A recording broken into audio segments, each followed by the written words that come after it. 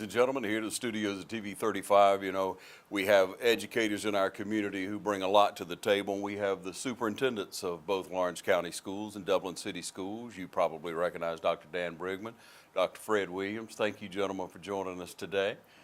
Yeah, we kind of like to get together with you all over time and just share with the community kind of a progress report. You know, we always got those going through school, and students still get those and want to know how we're doing. And so we wanted to check in with our superintendents and share with the community some things that are going on through our school system, how you believe we're doing. So we'll start with you, Dr. Dan Brigman. Now, you've been here 4 or 5 months, I guess, already, settled in.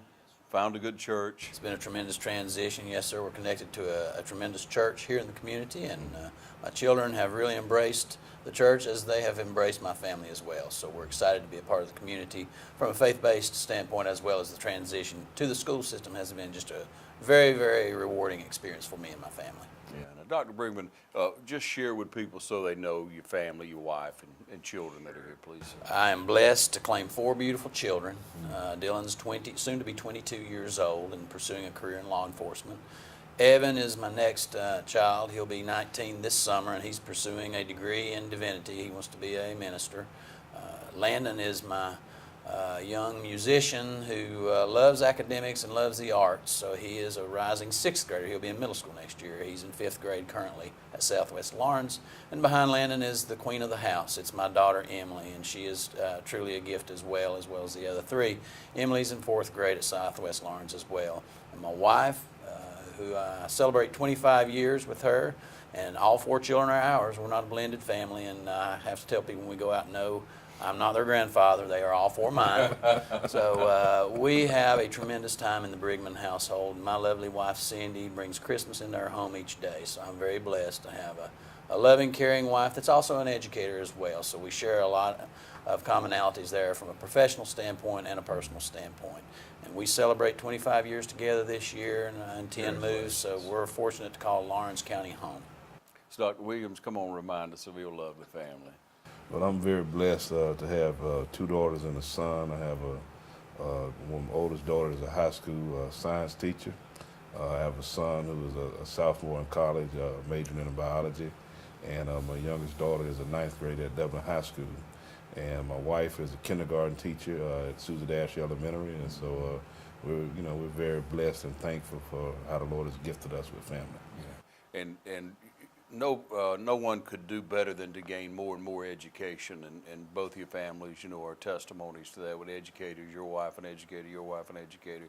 You all live, breathe, and probably eat that a lot of times. You strive to do better, and that's the one way to progress. You're almost assured to progress in life if you'll just get more education. So we look at our young people and how we educate them better. So we'll start with you, Dr. Williams. Now, if you'll share with us the progress of Dublin City Schools, what we've accomplished from the last time we spoke and going forward, and plans that we've implemented and things that we're successful at. Well, we're very excited that we have eliminated our deficit by $2.1 million. We have made great strides. We have a little piece to go, but we appreciate all the collaboration that we have received across the state and even in our community.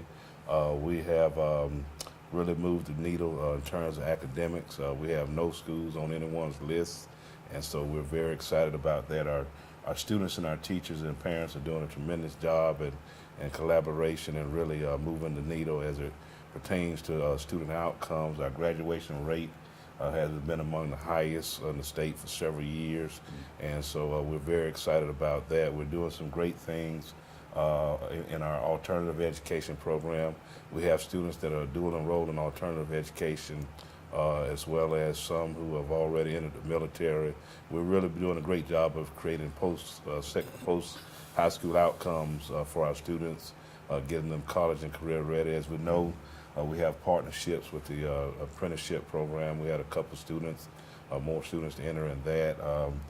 We just have a lot of great things going on. Just got back in from Thomasville last night, so it's been a long night, and our young men on the court and in all of our particular sports are doing a tremendous job.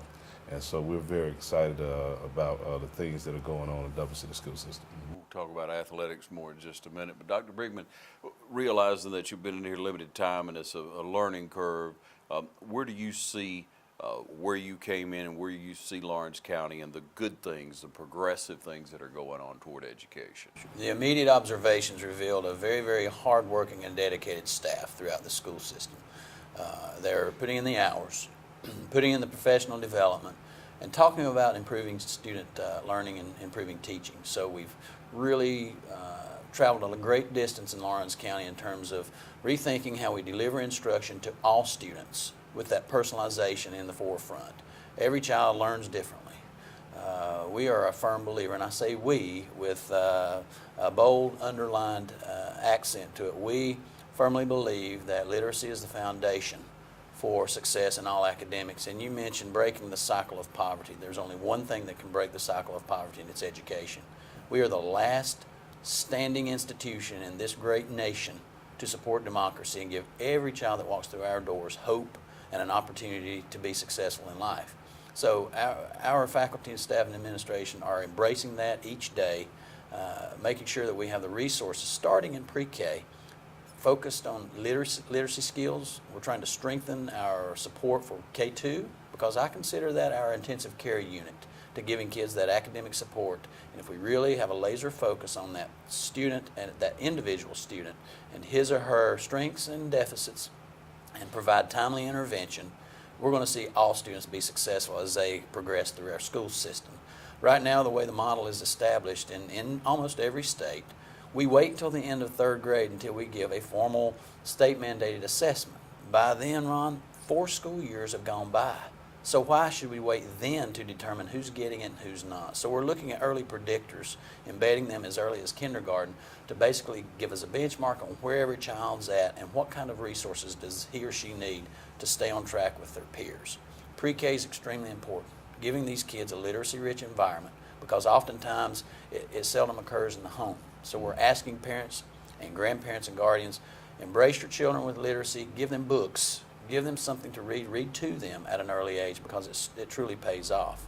We're even exceeding the literacy requirement and fostering the digital learning aspect of personalized learning and utilization of our one-to-one initiative in Lawrence County through the implementation of coding courses in the early elementary grades. As early as second grade, I want to see every child in our school system completing a certification in terms of a coding course. And we're doing that through code.org and utilizing some resources through MIT. So I'm excited about our elementary schools, and already the teachers and the students are embracing coding in Lawrence County, so we're excited about that. Moving on into the upper elementary grades, we can't lose sight of mathematics. So mathematics, we're really striving to provide professional development in terms of teaching mathematics and embedding those real-world experiences to connect to the content we're trying to teach. In middle school, we're starting to do the career exploration and getting kids to think about what they want to do in their lives through that exploratory process. We're looking at our school schedules. How are we structuring our instructional day? Are we embedding those opportunities for kids to explore? And oftentimes we see barriers because of specialized services such as special ed, gifted education, pullouts, and even some of our high-interest courses like band sometimes create barriers to accessing that high-interest course opportunity for those kids. So we're revisiting our school day and how it's structured with the support of Dr. Robert Lynn Kennedy, looking at embedding those blocks for enrichment and intervention so we can give kids greater access to the arts and exploratory courses in middle school. And finally, in high school, as Dr. Williams said, career preparation, dual enrollment is the main thrust, giving these kids opportunities to be immersed in the local industry and other career opportunities throughout this country. So I'm excited to see what we're doing throughout pre-K through 12 in Lawrence County, and it is a true pleasure to work in partnership with Dublin City Schools, Dr. Williams, and also back to the school safety issue, having the support of all of our local agencies to make sure our kids remain safe, fed, and educated. Now, Dr. Williams, when we look at how important pre-K is, it's been said, it's been read, it's been exposed through social media, and some people still don't get the picture that a lot of times going into pre-K, you have the young people, you have the pre-Kers of age who already have good skills that wind up going to pre-K when the program was really started for those who may be a little behind. How are we doing on that, and what would you say, just as a broad view, of the percentage that we're reaching of our community? Well, it just to that point, just got through speaking with the Chamber of Commerce Board and have done some other presentations. We're in the process of creating a mobile literacy lab because we understand the importance of pre-K. And we have throughout all school systems in America, the poverty is the issue. And the research is very clear. Students who are from poverty by the age 3 know 600 fewer words than those students who are not poverty. The amount of words spoken in the home is at a very alarming and despairing number. It's like 10 million for a gap between poverty and the working class, and a 30 million gap between upper middle class versus a poverty situation. And so we have a literacy bus initiative where we are creating a literacy bus that we will go into certain areas throughout our community that might be geographically challenged in terms of transportation, being able to access a print-rich environment through the library. Another thing that we know that all homes do not have a print-rich environment in terms of books. One thing that we know is in order to create, some students come to all school systems 2 and 3 years behind because they have not been exposed to literacy, as we talked about earlier. People reading to them in the home, talking to them in the home. And so we also know that we need to equip the parents. And so on this bus, you will see educators working with parents, helping them to have the tools that they need for their child to be successful. Also working with those kids before pre-K, because the state says that all kids need to be at this particular benchmark, and when kids are coming in, some kids are already behind. Analogy would be Duncan Tire, for example, Scott Beasley. If he has unlike business, the school, public school, we accept whoever shows up at our schools. Well, at Duncan Tire, if a tire is defective, Scott Beasley can send it back and say, no, I'm not taking that, because the tire is supposed to be able to run 70 miles per hour on I-16. But this one has a defect in it or something that's delaying it from being able to do that performance. And that litmus test is being able to run that particular mile per hour. Well, the state says that all students are supposed to be here at particular grade levels, where some students come in 2 and 3 years behind. So to us, it's a journey from pre-K to 12th grade to get that kid college and career ready. The kids might not be where they need to be at every junction, but what we look at is the journey, not the sprint. That's right. And so how far can we move a kid from where they come to us to where, how far can we take them? The converse of that is those kids who are gifted and talented. For too long in education, those kids haven't been really challenged across the nation. Those kids come in and they can pass the test even if you didn't teach them. But how far are we moving that kid? Right. So one of our strategic goal number 1 is high achievement and success for all students. And so we're looking at how can we tear the roof off and push the kids as high as they can go, not have any cracks on the floor where kids fall through the cracks either.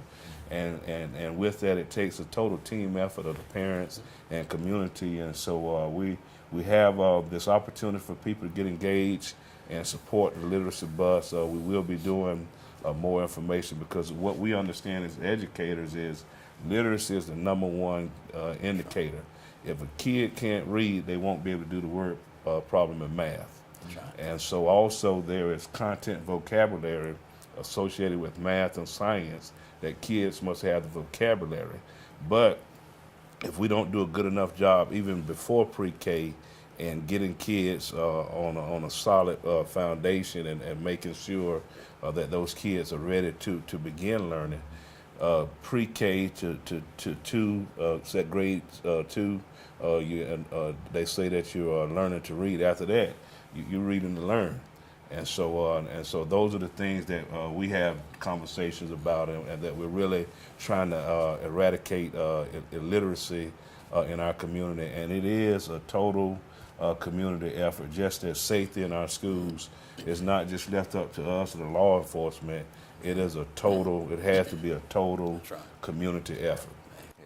And so when we look at education, and education systems we find are evaluated to a point of what it costs to educate each student. Throughout the state, nation, there is a rule, as you well know, that is set down, a study that shows what it costs each system, what you spend to educate each student, what that average is. And in considering that and then looking at the goal and the burden of thinking of how far behind some students are and how that has to weigh heavy on your heart for those young people that are starting out, those children, to no fault of their own, are starting out at a deficit. And how do you catch them up and at the same time? So what's the ratio, Dr. Brigman? What do you like to see at that age and through teacher or facilitator, you may say, to student ratio? Well, in terms of actual numbers, our ratios are average. They're pretty good. Elementary age kids averaging anywhere from 18 to 22 kids per classroom in the elementary schools. Middle schools, it depends on the content being taught. Our social sciences and social studies courses and science courses usually have larger numbers than our core content area, and larger numbers by being 28 to 32. There are some classrooms out there with 32 in them at the middle and high school level. It's basically content driven. So nothing takes the place of good teaching, no matter what the size of the class or what the school schedule is. So we're looking to continue to personalize learning. The issue with the larger class sizes, though, is it's more difficult for that teacher to get down and really personalize that instructional process each day for every child. It takes time. Okay. Hey, we're talking to both superintendents here of our Lawrence County, Dublin City Schools. We're going to take a short break and be right back. We have a lot more, so stay with us. Badcock Home Furniture and More is your home store, where you'll find great savings on new living room sets, sofas, love seats, recliners, and more. Badcock Home Furniture and More has great savings every day on bedding and bedroom sets. Shop Badcock Home Furniture and More for a great selection of dining room sets, and save every day on electronics and appliances at Badcock Home Furniture and More, 1927 Highway 441 South in Dublin. Call 275-3144 for more information, or stop by and see Wendy and Tim Sumner or any of their friendly staff today at Badcock and More Home Furniture Store, where no credit is ever refused. Meet Jake, college freshman, pizza enthusiast. And this is Jake's mom, hands always full, never a dull moment. When Jake went to college, we opened him a checking account at Robbins. Hey, honey. Hey, Mom, I need some new school supplies. Can you make a transfer? Friday night studying, huh? Okay, it's done. With checking accounts, credit cards, online banking, and e-alerts, Robbins Financial families have everything they need. School supplies? Robbins Financial Credit Union. Better banking for everyone. Welcome you back. Again, we're here with Dr. Dan Brigman, Dr. Fred Williams, talking about education, and we have the brain power here to be able to answer a lot of questions right here with these two gentlemen. They are working hard, seriously, for our community, and so we want to talk a little bit more about how we choose people throughout education, how we place people, maybe some changes that are coming along, if you can share those. Through administration, through teachers and what have you. We've read some things that are changing, through board meetings and what have you. But when we look at it, it's easy for people to be critical. When Johnny or Susie's not getting it, or there's an issue, it's the teacher's fault, or it's that principal's fault. And you have to look at the big picture, and we strive constantly to educate. But what do we do in a system that offers tenure? And this may be a little difficult question to answer politically correct, so to speak, but what do we do in a system where we have, tenure with teachers and not everybody in any job, whether it's my job, your job, not everybody is 100%. Not everybody's built to be a teacher. I've always understood that when you're trying to reach a class, a truly good educator, a truly good teacher will find a way to reach those different students at different levels, because if you look at the three of us, we don't learn at the same level. We all mature at a different level. So how do you approach that, Dr. Williams? How do you approach that issue? Well, one thing that I believe that to be in the education profession is truly a calling. It is. You have to have a love for children, and everyone in education really waits for that aha moment when you can see the light bulb going on and the children have apprehended that new learning, that new idea, that concept that our educators are trying to get across to them. We have a lot of teacher preparatory colleges and universities in our state. The sad commentary is our profession has been beat up so much. Teachers are expected to do everything now, and we can see some of the political tone around the nation right now, what people are wanting teachers to be able to do. And so teachers are tremendous people. We do provide professional learning and support for our teachers. As a matter of fact, our community has a hidden gem that's just located here, Heart of Georgia RESA. And that is the Regional Education Service Agency that services Lawrence County, Dublin City, Dodge, Wheeler, Pulaski, Bleckley, Troutland, Montgomery counties. All of those 10 school systems are serviced through there. This Saturday, we're having a teacher recruitment fair. And so we're constantly looking for the best and brightest.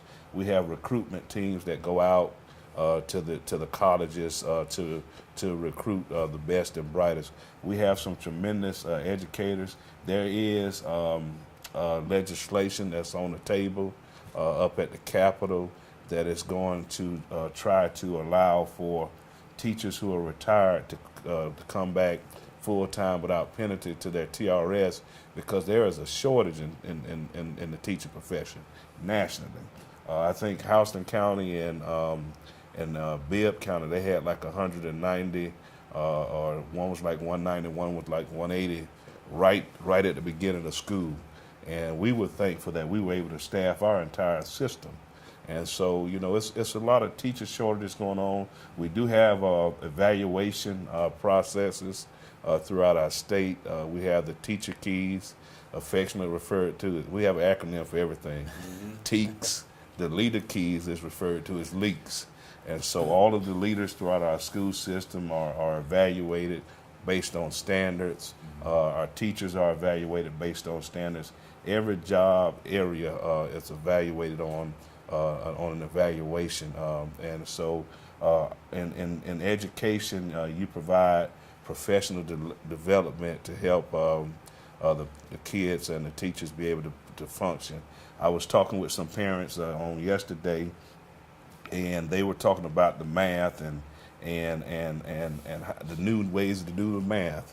A lot of the things that we learn is totally different. Now, I don't want to call you out, but probably when you were in school, the technology was a piece of chalk on the chalkboard, and you had to go outside and beat the erasers. Now if we buy a piece of electronic equipment, a computer, a laptop, iPad, a couple years is obsolete. Right. And so the nature of what teachers are having to learn to stay on the learning curve is tremendous and steep. And so we saturate them with professional learning and professional learning communities. They're able to learn from their peers. And all of our administrators, and we do walkthroughs at the central office level, actually inside of the classroom, to support the teaching and learning that's going on. Dr. Brigman, he covered that well. Extremely well. If I can just add to that, time served is not an indicator of advancing to that next level in education anymore. It is my obligation as superintendent, who is ultimately responsible for the progress of this district, to find the best and brightest talent and put in key locations, especially in those classrooms. The magic occurs when that teacher shuts the door and is spending time educating all of those children who walk through our doors every day, and the parents and guardians trust us to give them the best we can possibly deliver. So we make no exception about the talent. Just because they have a degree doesn't mean they're the best and the brightest, or worked in one specific position for a certain amount of time. So we're really trying to really find the best and the brightest that we can subject our children here in Lawrence County to and Dublin City to, with no exceptions. Dr. Williams mentioned the teacher shortage. It's a nationwide teacher shortage because of the political pressures that have been sent down from Washington and various political levels throughout our country. Teachers do an undaunting, they do a phenomenal job every day covering multiple disciplines, serving multiple kids, serving a variety of needs. They're not only expected to cover the standards, they're expected to be parents and often, be doctors, be psychologists, be therapists, and also be ministers to try to teach kids how to make good decisions and promote positive character education. So teachers do not get the credit they deserve in our society because they are definitely transforming lives. Again, oftentimes these kids are the schools are the last piece of hope that these kids have. And the teachers are oftentimes the only positive support some of these kids are getting. So I encourage the public to celebrate teachers in our county any way possible. Celebrate the job that our educators do, our principals do to make sure that the schools remain safe and efficient. So I'm excited to be a part of this organization and continue to strive to find the best and the brightest to serve the children. And a key point I'd just like to bring back is you have to have a heart for the teaching. That's first. And so if we look at that, you want to encourage those who may be thinking about going into education, who may be thinking about, okay, I think I want to be a teacher, I want to be a coach, I want to further that. I'm not doing well over here in college, so I'm going to go here because I can get a job as a teacher. Make sure, if you can, in that surrounding, if you have the counsel, if you have the ear of that person, make sure they have a calling, a true calling for it. It's not just a job. It has to be a calling. And the thing that a lot of people are might not be cognizant of is that everything in America shows up at the school. That's right. Every societal problem, every thing that's legislated, every preference has a way to show up in the school. You know, we have different parental arrangements that have shown up in education now. We have a lot of grandparents that are raising kids now for various reasons, and so it causes the school to be more. We have some children who do not have fathers in the home, so we encourage the parent that the home is not fatherless, it's mother more, and it's school more. And so as we talk about, we have to really provide the wraparound services to be able to help each and every child reach their fullest potential. At the end of the day, it's about helping our children to be able to be college and career ready. For too often, kids have been graduating college with a degree and can't get a job. And so we're really trying to have a laser-like focus to meet the social, emotional, and physical needs of the children so that they can attain. And as we talk about safety, even when we're having to make a decision, should we have school or should we not have school, sometimes the safest place for that kid to be is at school. They get a hot meal, they're with someone in that room that's going to love and meet their needs during those times. So everything that we do is with the kids in mind in terms of their safety and their academic progress. Dr. Fred Williams, Dr. Dan Brigman here with us in the studio. We'll take a short break and we'll be right back, so stay with us. Hello, I'm Darren Keene with Clements & Keene Insurance. If you're like myself, you may be a self-employed individual with maybe 1 or 2 employees on your payroll. You may have thought in the past that you couldn't acquire group health insurance, but now you can. Some of the rules and regulations have changed to make it more favorable for you to do so for 2018. Give us a call at 272-8019 and let us help you with the decisions that you need to make for you and your business. Start the new year off with tremendous savings at Dublin Nissan. Choose from Titan, Titan XD, or Armada and get 84-month financing. Call, click, or come see us. Dublin Nissan, the only dealer you will ever need. All right, welcome you back. You know, throughout the nation, it's a tragedy that if you just look at the course of this year, how many school incidences have happened where, a tragedy, someone has shown up with a gun, and we see it in theaters, we see it in schools, but our approach here is on the schools, and people call and send us emails and want to know what is our school system doing to protect our kids? How are you going to protect my child? And so, the student has to approach with some animosity. Hey, this could happen here because it's happening everywhere. So we have to look at an approach, and I'm sure there are plans that we have. There are plans that we've had for years to try to protect it. There's one way into the school and one way out that we've seen developed. Dr. Brigman, why don't you start and share with us what the philosophy, what the plan is, what you can share with the community now to ease our minds. We do have specific procedures to maintain the safety of our schools, from controlled entrances that are expected to be maintained throughout the school day, to visitor check-in, to monitoring all activity on the campus each day. There's a very, very important piece, though, that often gets that's missing, and it's the awareness outside the school environment on behalf of the family.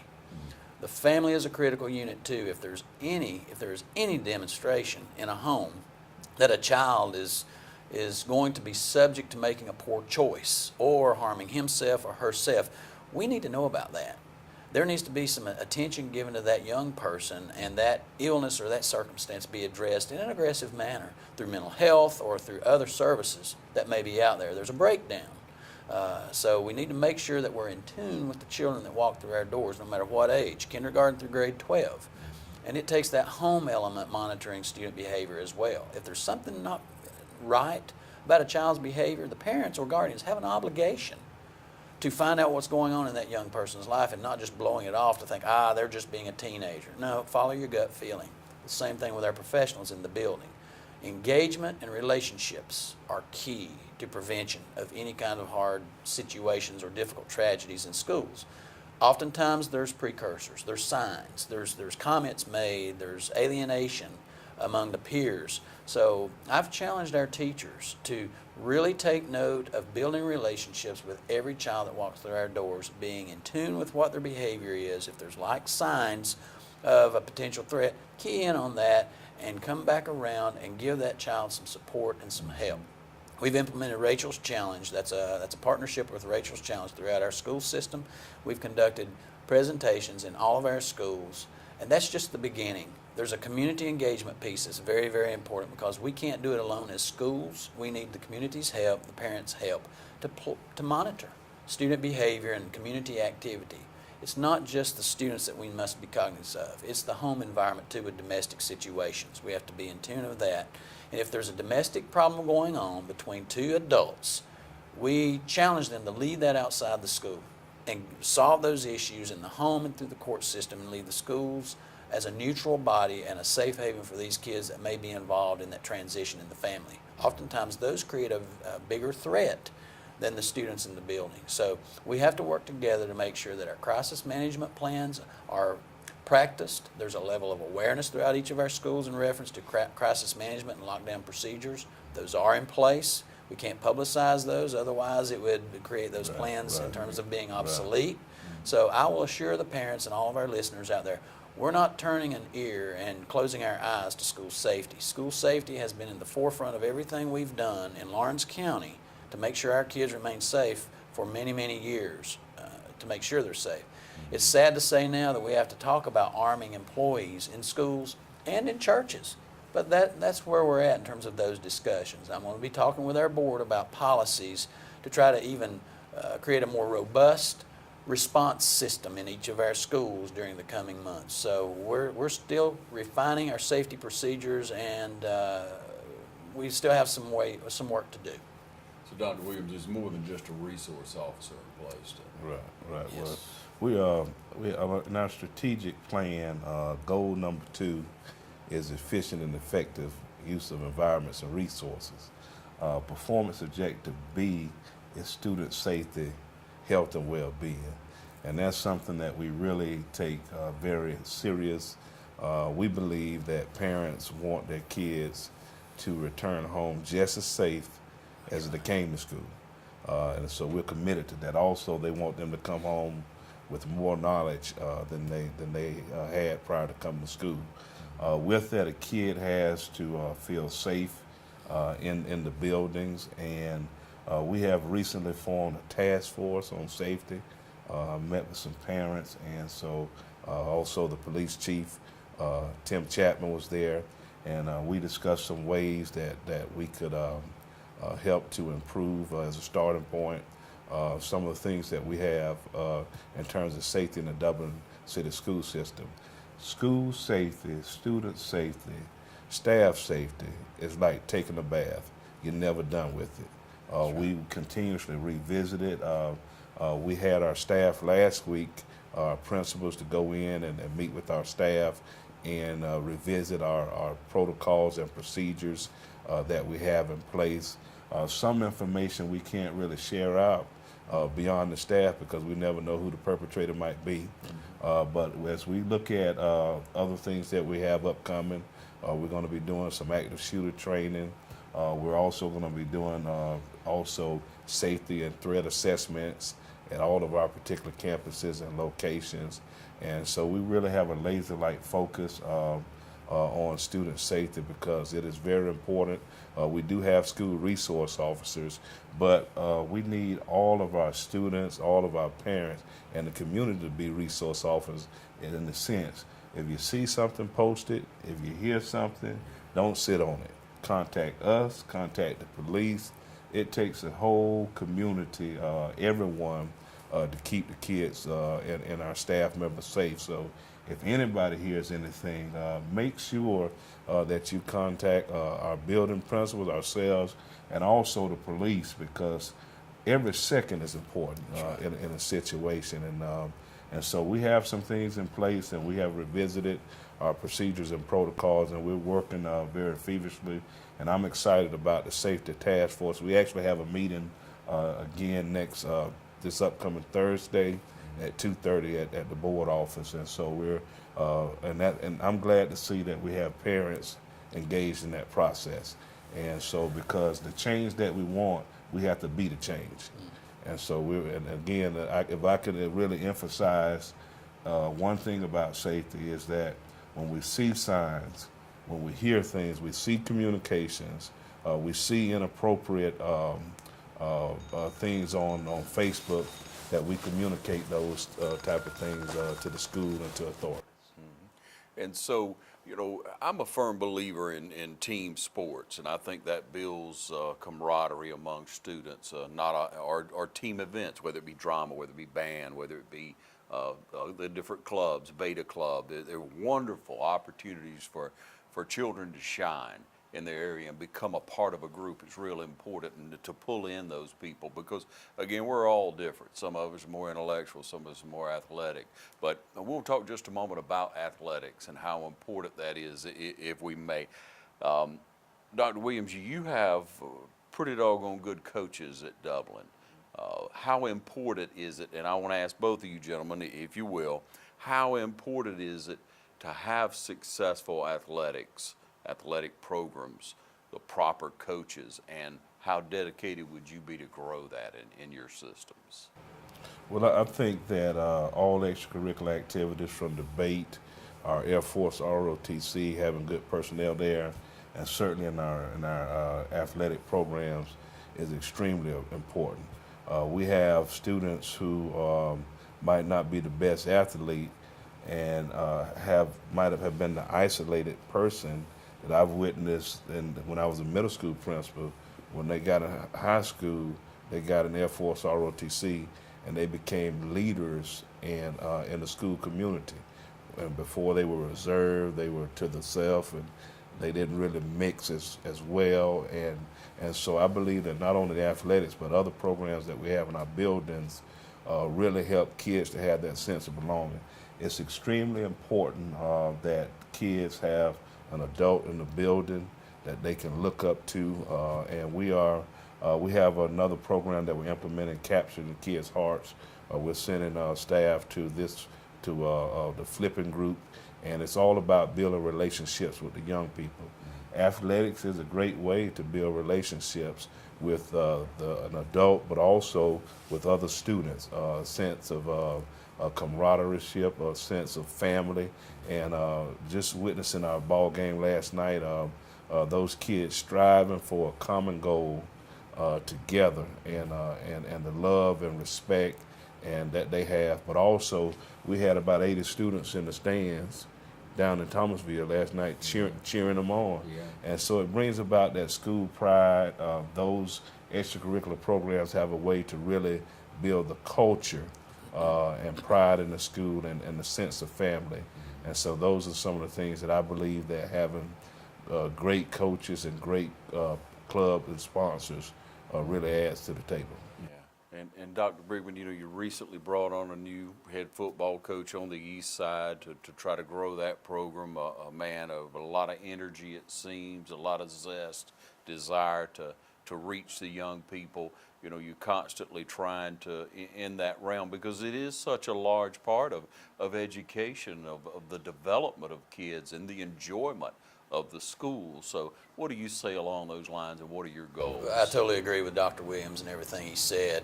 When you mention a high school, whether it be Dublin High School, East Lawrence High School, West Lawrence High School, the first thing that typically pops in the mind is winning records, losing records athletically. Never high-achieving math scores or how many kids completed AP courses. Athletics are in the forefront because that's a community engagement event too. That's what people can easily access and participate in, therefore it becomes a celebration.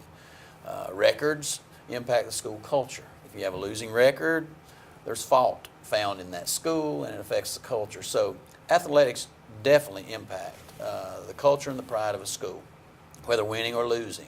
But there's some magical things that happen behind the scenes when it comes to athletic teams, whether it be wrestling, tennis, football, golf, or whatever. There's some key relationships being built with our kids in which they're connecting to a specific group in a positive, productive manner to hone leadership skills and focus on that team set of skills too that are often talked about in the business community, that kids are struggling to work together as a team.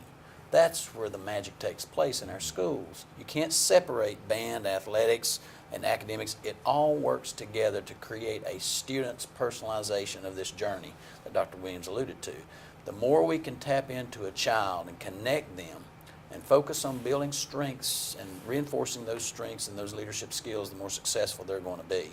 We are successful in Lawrence County doing that because we have a lot of areas of celebration, from a wrestling team that just went to the state and took away some tremendous accomplishments. And I know you know one very close in your family that has really excelled on the wrestling mat. But it builds character, connects the kids, and gives opportunities for coaches to really help support students during their journey and teach for success through those academics and athletic opportunities. So it works hand in hand with the school in terms of building these kids and creating opportunities for them to belong and connect to the teaching and learning environment. And I bring that up because so many people will approach us about different athletic, but we are dedicated to looking at the civic clubs, the groups. The Beta Club recently had a Beta convention. Well, Pat Brock works with us here at the station, went with them.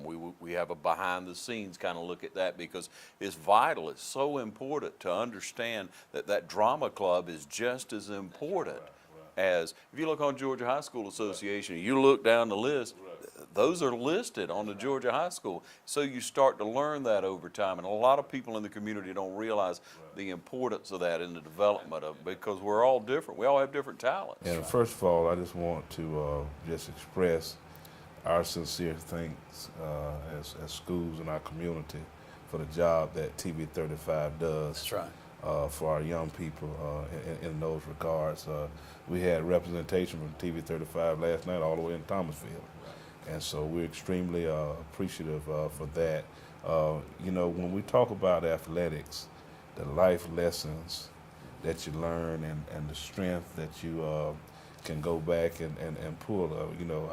I was an old offensive lineman. I didn't get my name called unless I was holding or jumped off sides. Oh my. And so you learn that you don't necessarily have to be out in the forefront.